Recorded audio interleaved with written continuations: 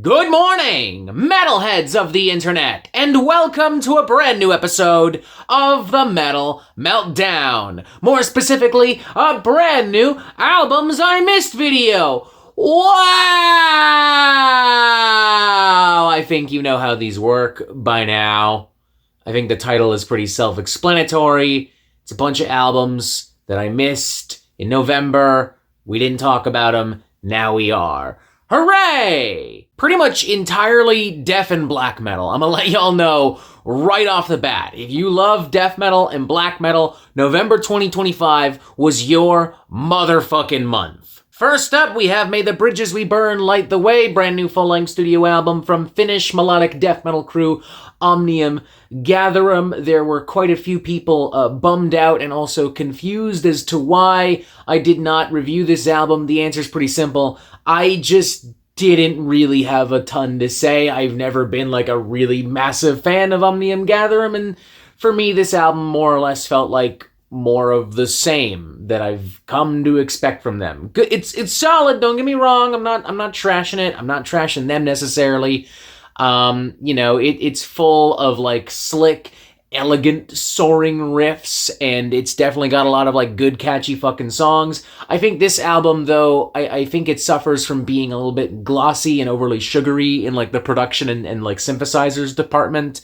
And simultaneous to that, Omnium Gatherum's overall style of mellow death, I mean, at this point, I've heard it, I've seen it, it's just not doing anything for me. I'm looking for a little bit more, and they're just not really giving it to me. But hey, whatever, it is what it is, to each their own, c'est la vie, who fucking cares? I know I sure as fucking goddamn shit do not. If you love Omnium Gatherum, I don't really see any reason why you wouldn't love this album. Again, I just kind of want something with a little bit more bite, a little bit more variety. This side of mellow death doesn't do a ton for me, but you know, it's a pretty harmless, inoffensive, occasionally entertaining listen nevertheless, if you're just looking for some time to kill. Next up, we got a brand new EP, a covers EP, in fact, entitled We Are Shadows. This is from melodic death metal supergroup The Halo Effect, featuring current and former members of In Flames and Dark Tranquillity. It is very much in the style of that kind of very mid-late 90s kind of Gothenburg mellow death sound that In Flames and Dark Tranquillity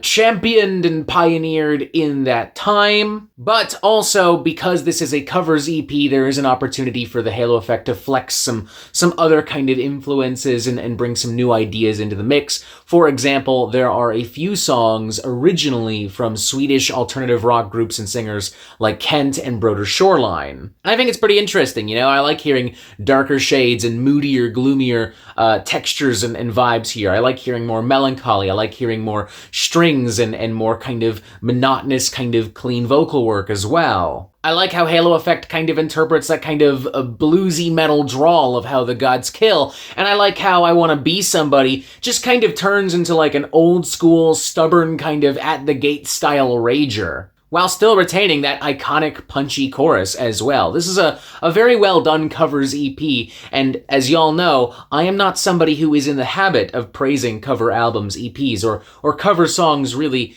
at all. So if I like it, then it's gotta be at least worth a fucking listen. So yeah, We Are Shadows, check it out. Might make a good stocking stuffer for the metalhead in the family. Christmas is right around the corner.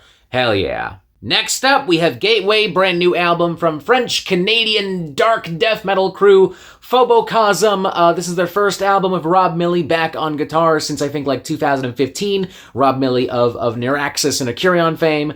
Love seeing that. And this album also, by the way, twisted, dark, demented, full of nasty, bitter riffs and rhythms, and it's aggressive and it's consuming. Really solid fucking shit here. Really love how like riffs and different kind of guitar licks and shit kind of like convulse and swarm the sound constantly. I love its kind of like doomy underbelly and its very raw kind of sound and its very ominous kind of feel. Tons of pummeling, blasting, occasionally even grinding percussion. Like there's definitely some pretty extreme volatile stuff in there. Love those like dark, deep guttural vocals too. The multi-part short corridor track series split up across the album as well. Has a variety of different kind of nuances and complexities that are very interesting, very exciting, very cathartic. If you're in the mood for some really heavy, dark, like brutal in sound and tone kind of death metal, I think this is definitely what you're looking for. Definitely check this out. Next up, we have Stargod, brand new album from American experimental metal crew Astronoid. Their exact sound has been somewhat difficult to accurately, safely describe in the past, and it's not going to get any easier with Stargod. It is their weirdest, wildest, most ambitious album to date, and I'm here for it. I don't love this album. I think it has some issues. I think it can feel a little incohesive and all over the place at times, but goddamn, props for just really fucking going for it. Props for just fucking doing whatever the goddamn fuck you want and committing to something so big and different. Because like this thing is like equal parts like post-metal, kind of like black gaze, progressive metal, and like dreamy kind of synthy atmospheric metal. And it also has a few moments here and there that are just full-blown like 80s hard rock, AOR, Journey, Asia type shit. It's quite bright and upbeat and uplifting. At times, it very consistently sounds like ascending to the cosmic afterlife in the most positive, beautiful, meaningful way imaginable, you know? Like, the most recent Blood Astronoid record was about ascending to the cosmic afterlife, and it's horrifying and it's crushing.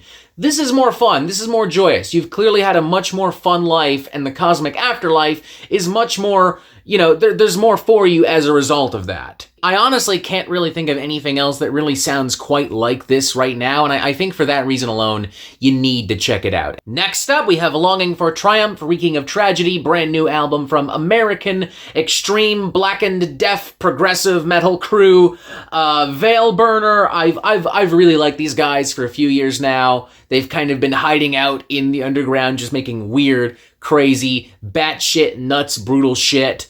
And I like seeing them get a little bit more praise, a little bit more hype. I like seeing them have a little bit more momentum. With this newest album, I'm seeing more and more people talk about them. I think that's awesome.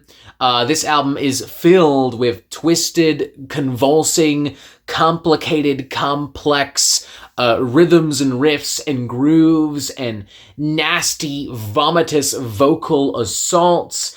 I think it is objectively an ugly record at times, but there's beauty in that ugliness, you know? Like, you have these pounding, repetitive fucking hammering fucking riffs and shit, and just he's like, like, it just sounds so fucked up and weird in such a cool way. Fairly nasty, funky shit here. I mean, it's unpredictable, just filled with weird, wild sounds and tones and riffs and grooves. There is maybe an argument to be made, if you are somebody who has been intently paying attention to Veilburner, that it isn't really that much different from other albums they've done.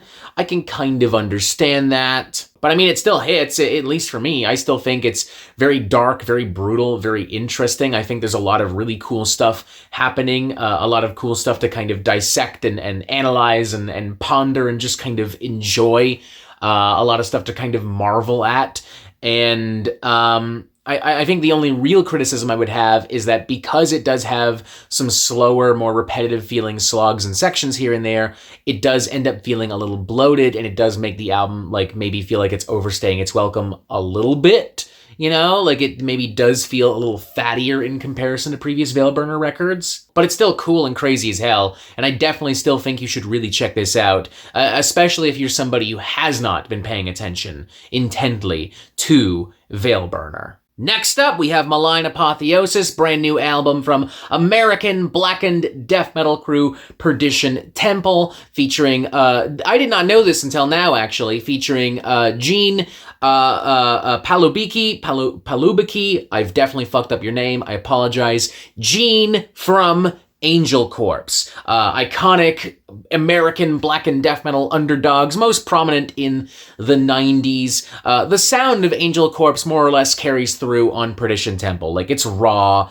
it's dirty, it's mean, it's grim, it's nasty. It has a little bit of like a thrashy kind of underbite and underbelly to it at times. Like, there's tons of riffs here that wouldn't be out of place on like a classic Slayer record or some early shit from like Creator, Sodom. Some pretty tight, crushing sections here and there at times. Some kind of Morbid Angel-esque grooves and batterings here and there at times as well. I love the kind of like diversity and variety weirdly in the percussion. Like, it's not just constant, incessant blast beats. And I really appreciate that. Like, they really taking advantage of the full kit and creating this really big, hellish, dynamic kind of sound. I also love that like the production takes a more like kind of vintage kind of feel. Like, it sounds like an old demo or like something I would have heard like back in the day, like when Behemoth was making that transition from like black metal into death metal, you know? Really digging this, man. If you're in the mood for like some blackened, thrashy death kind of shit,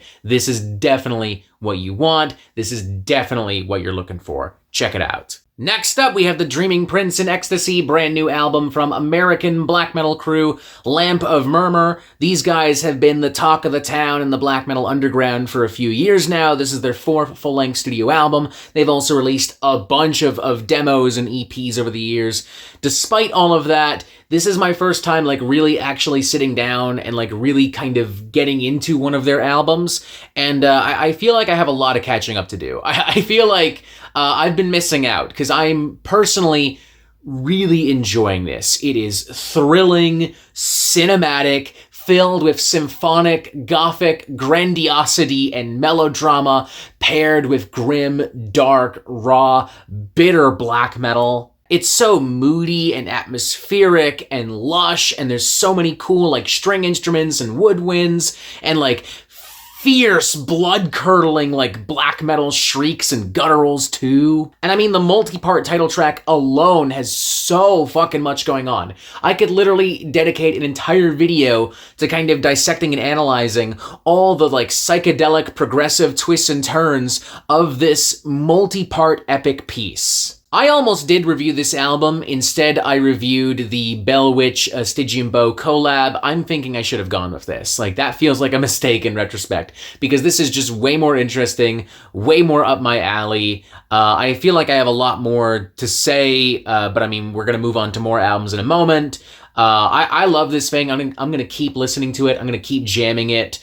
And I mean, honestly, we might even have a late inclusion, like a last-minute inclusion for like my top 10 metal albums of the year. Like, I'm really loving this. Now, mind you, the top 10 list itself has not been fully fleshed out, like, because there's a lot of stuff that I love that I want to put on there, but I can't, because it's got to be 10. That's how a top 10 works. So, yeah. But if this does show up, even as an honorable mention, don't be shocked, because I really am loving this fucking record, and I think you will too if you love your black metal on the more flamboyant, theatrical, weird, and fucked up side of things. Check it out. Next up, we have Abditum, brand new album from American technical progressive death metal crew VoidCeremony. It is disappointing to see that Philip Touga is no longer in the band. It is also disappointing to see that this thing is not being hyped up the way that their previous album, Threads of Unknowing, was. Like, when that dropped in 2023, that was the talk of the town. This is barely even a whisper. Hell, I didn't even know VoidCeremony had an album out until a couple of days ago.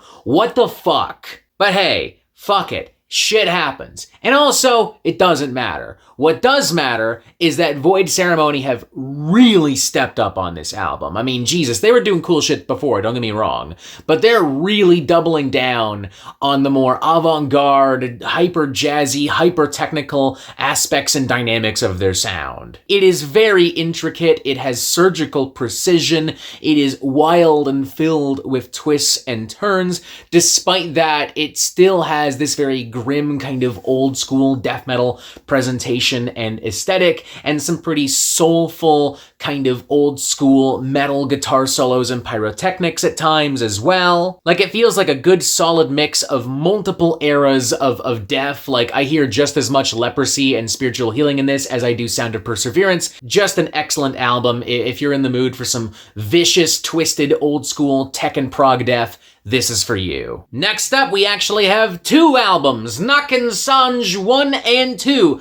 Technically a double album, I guess, but just released Use Your Illusion style. It's from a German atmospheric black metal crew, Waldgefluster. I am mispronouncing so many names and words, I apologize in advance. I went into this pretty pumped because this is an album that Austin Lunn of Panopticon fame has been hyping up kind of all year on social media. And it's worth noting he is an active contributor and collaborator here on these albums, I should say. And in fact, in many ways, I don't know much about Waldgefluster, but based on what I'm hearing here, it's not unfair to say that they are Germany's answer to a band like Panopticon. So with all this in mind, I was really hyped and really pumped, and I gotta be honest, I'm maybe feeling a little let down and underwhelmed. There is undeniably some really excellent fucking stuff here. Don't get me wrong.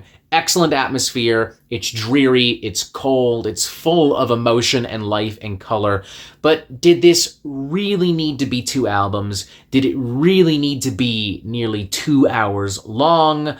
I'm not convinced. Maybe underwhelmed is the wrong way to describe how I'm feeling then. Maybe tired is closer, because there's a lot here, and at a certain point it all kind of bleeds together a little bit as you start hearing a lot of the same kind of like elevating, crescending black metal waves and rhythms and tremolo riffs, and the same kinds of melodies and dreary chords and keyboards and such. And it's all wonderful stuff. I think in bite-sized portions, this is a pretty excellent album, but listening to it as a massive kind of 2-hour piece, back to back, that is where things start to get tiring and start to fall apart, for me personally, at least. Next up, we have Lost Within the Ancient Crypts, sophomore album from American blackened thrash supergroup of sorts, Morbikon. I kind of remember Morbikon, at least on their debut, being more of like a full-on kind of black metal band, like really embracing the aesthetic and kind of coldness and iciness of black metal, but with like death and thrash metal spices here and there. This album, however, is just fully embracing thrash metal energy and riffs and more pristine kind of Municipal Waste-esque album production, but with the intensity and the veracity and those icy, freezing tones of black metal. The result is something that I think touches upon a level of just flat-out badass blackened thrash that we haven't really heard since maybe the glory days of something like Skeleton Witch. Like, this is excellent fucking stuff. Razor sharp, fast as all holy hell, unrelenting, and it's still epic and cold and filled with these big, massive, consuming moments. It still has that shrill kind of blackened heart. I feel like there is still a bit of a death metal aspect to this as well, but it's more technical, and it's been emulsified heavier into everything else, you know? And I love that, honestly. I mean, it's just so extremely, extremely well done. I mean, it's just a fun fucking record. I highly recommend y'all check this out if you were in the mood for some equally greasy and epic blackened thrash mayhem. And finally, let's start wrapping things up with the Womb of the World sophomore album from English symphonic caveman death metal crew, Qrixkuor, Quicksilver, I don't fucking know what their name is, I don't know how to pronounce it, doesn't matter. And I was not joking with that symphonic cavernous death metal tag. This is really fucking cool. the orchestral stuff here, handled, by the way, by a real orchestra. Real string instruments, real horns and woodwinds, no synthesizers whatsoever. It's amazing, and it adds so much tension and anxiety to this dark, brutal, consuming, swarming kind of cavernous death metal. And it has like the twisted heart and all the weird dynamics I would expect of an Imperial Triumphant record, albeit without the kind of like New York jazz avant-garde kind of aesthetic. It has the really dense, dark sound and core of what I would expect from Spectral Voice. There are like multi-layered, agonizing, kind of crying, screeching vocals that do a great job contrasting against like smokier drawls and arrangements. And I mean, when it just goes full-blown death metal, it is a beast. It is heavy. It is nasty. Excellent album. Definitely check this out. Do not go into this thinking this is some like Flesh God Apocalypse, Cradle of Filth, over-the-top, operatic, bombastic, orchestra metal shit. It is not. I love this. I wish more symphonic metal sounded like this, frankly. This is what I'm all about. And voila! Those are all of the albums I feel I missed in the month of November 2025. Wow! Now it's your turn to talk to me, to tell me what else I missed, to tell me what you think of these albums and many more that came out in November. Let me know what I should be on the lookout for in December as well. The December album release schedule is looking more barren than previous years, so I would genuinely appreciate a heads up here. I don't even think we'll be doing a lot of album reviews for the next month. I don't think we'll even need to do an Albums I Missed video at the end of December, because there's like nothing that I can see coming out. Nothing that's catching my eye, at least. But we'll cross that bridge when we get there. Yeah, get ready, because top 10 end of the year content is coming pretty soon at this point.